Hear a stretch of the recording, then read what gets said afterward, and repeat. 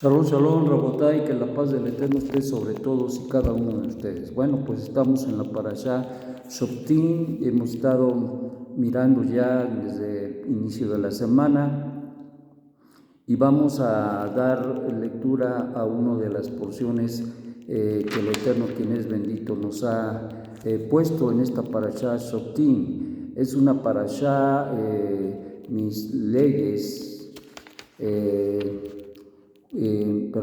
Shoftim, jueces, que tienen con propósito el regular la condición del pueblo de Israel, regular la santidad del pueblo de Israel, regular la relación del Eterno y especialmente nuestra relación con Hashem Elohim.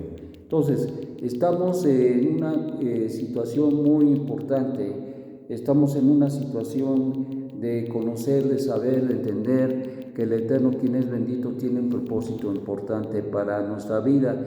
Y desde luego el dejar por medio de Moshe estas instrucciones tendrían como propósito de que se alcanzara la justicia y la paz, como ya habíamos mencionado anteriormente, y consecuentemente aprendiera el pueblo a vivir en las nuevas condiciones en las cuales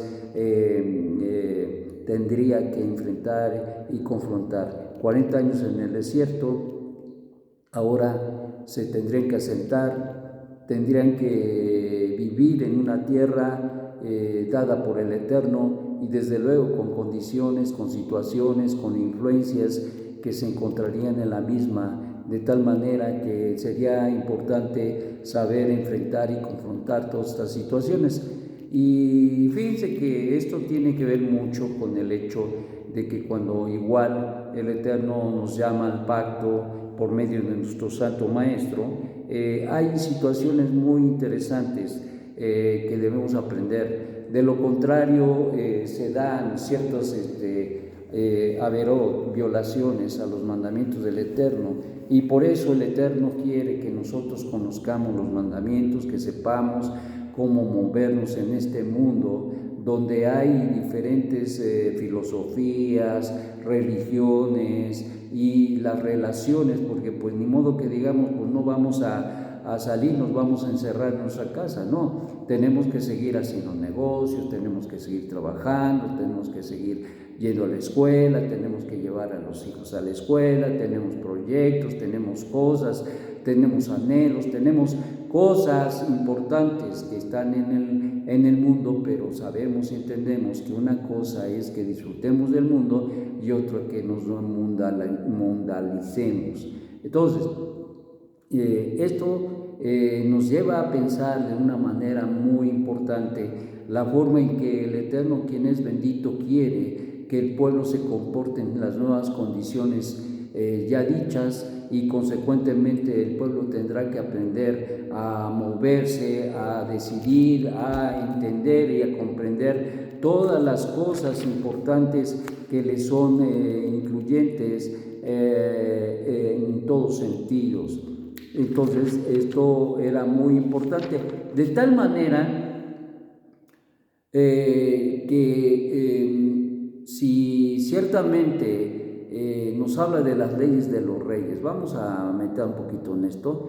Dice: cuando entres en la tierra que el Eterno Dios tuyo te entrega para tomarla en posesión, te asentarás en ella y dijeres: pondré sobre mí un rey como todas las naciones que están alrededor de mí. Habrá de poner sobre ti un rey que eligiere el Eterno Dios tuyo. A él de en medio de tus hermanos pondrás sobre ti un rey. No podrás poner sobre ti un hombre extranjero, que él no sea tu hermano. Solamente no aumentarás para sí caballos, para que no haga volver al pueblo a Egipto a fin de aumentar los caballos, porque el Eterno les ha dicho: no volverán a retornar por este camino nunca más. No aumentará para él mujeres, para que no se aparte su corazón de mí. Además, oro y plata no aumentarán para sí demasiado. Es interesante que son leyes para los reyes específicamente, porque iba a haber una influencia. Pero ¿eso qué tiene que ver con el pueblo? Pues mucho, porque el rey es nada más ni nada menos que el que va a impartir la justicia, el que va a mirar por el gobierno, el que va a dirigir de una manera importante al pueblo. Y diferente de los gobiernos del mundo, el gobierno que el Eterno establece, Él lo establece, número uno, es decir, Él, como acabamos de leer,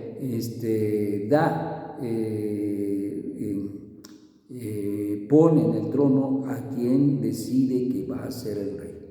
El primer rey fue Saúl, más tarde fue David, entonces, y todos fueron por la voluntad del Eterno.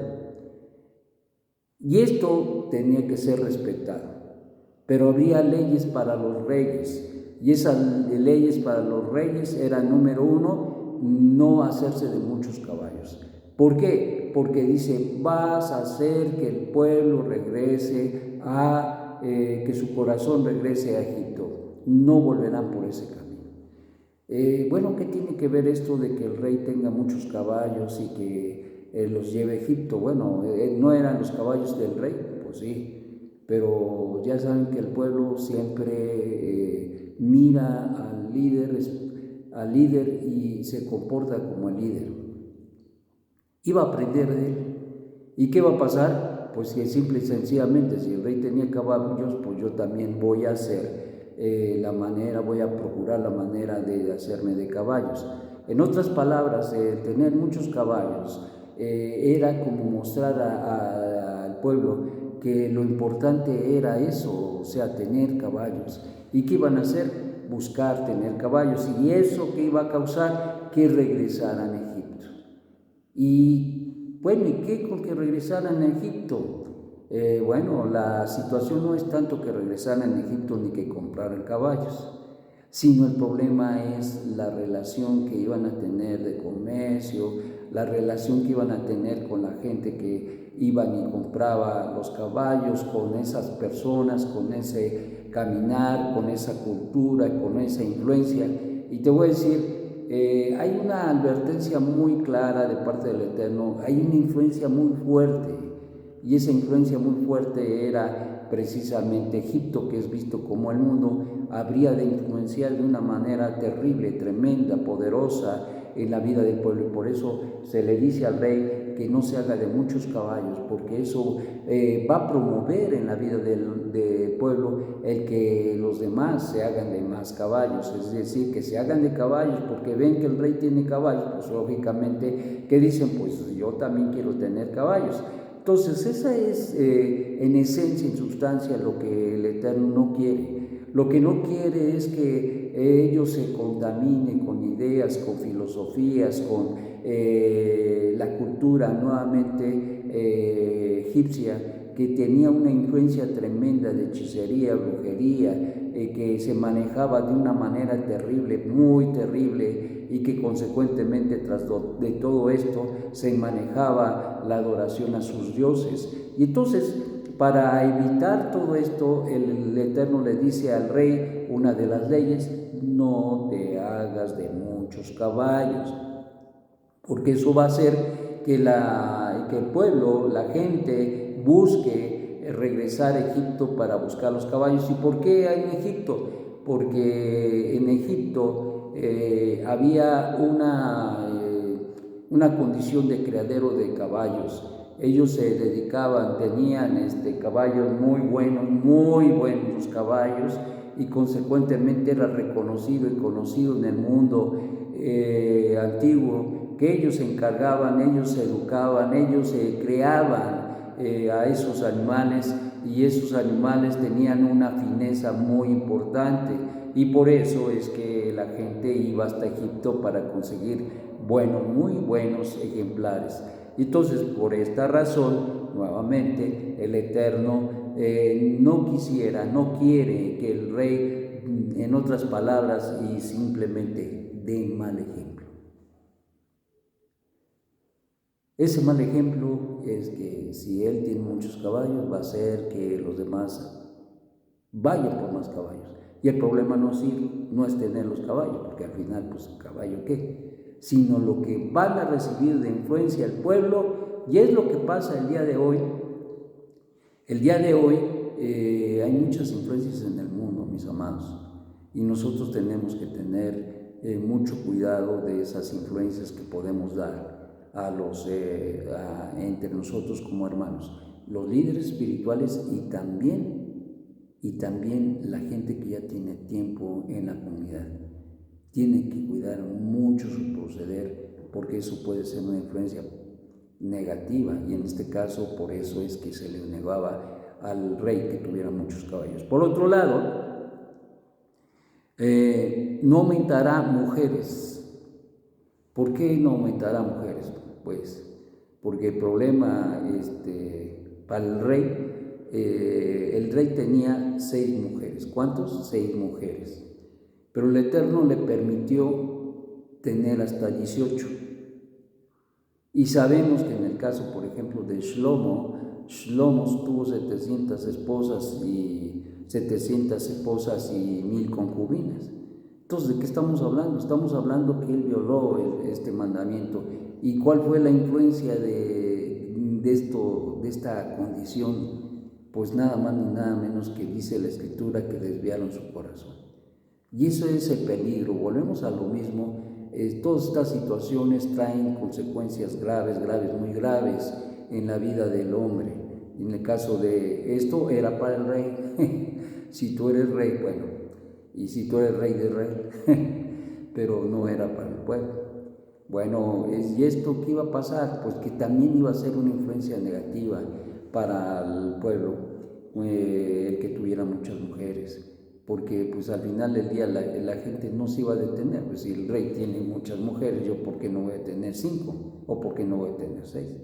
Entonces esto causaba muchas situaciones de contaminación, como fue en el caso de Shlomo, que se ve muy claramente, en el caso incluso de David Melech. David Melech tuvo muchos conflictos, incluso con sus mujeres, tuvo muchos conflictos y muchas circunstancias muy especiales, y sobre todo cuando estas mujeres ni siquiera eran de la casa de Israel, pues lógicamente que serían una influencia muy terrible y muy fuerte, la influencia de tal manera que terminó Shlomo permitiendo y poniéndoles a cada una su altar. ¿Cómo es posible? Uno se pregunta, ¿cómo es posible que haya sucedido eso? Bueno, pues por eso el Eterno decía no tener muchas mujeres, porque esta influencia iba a dar al traste con los principios, con los preceptos, con los mandamientos del Eterno, porque el hombre se va a dejar llevar por las mujeres. La mujer es una influencia, definitivamente. Si una mujer es una influencia poderosa, ¿qué decir 2? Y en el caso del rey, que tenía 6 y que después el Eterno le permitió tener hasta 18. Y entonces, pues ya le digo, hasta 18 y no más. Pero, ¿qué pasó con Shlomo? Pues él se voló la barra. Y entonces, ¿de qué estamos hablando? Estamos hablando de una situación de grave contaminación, de influencia terrible de parte de las mujeres, y que al final del día alejaron el corazón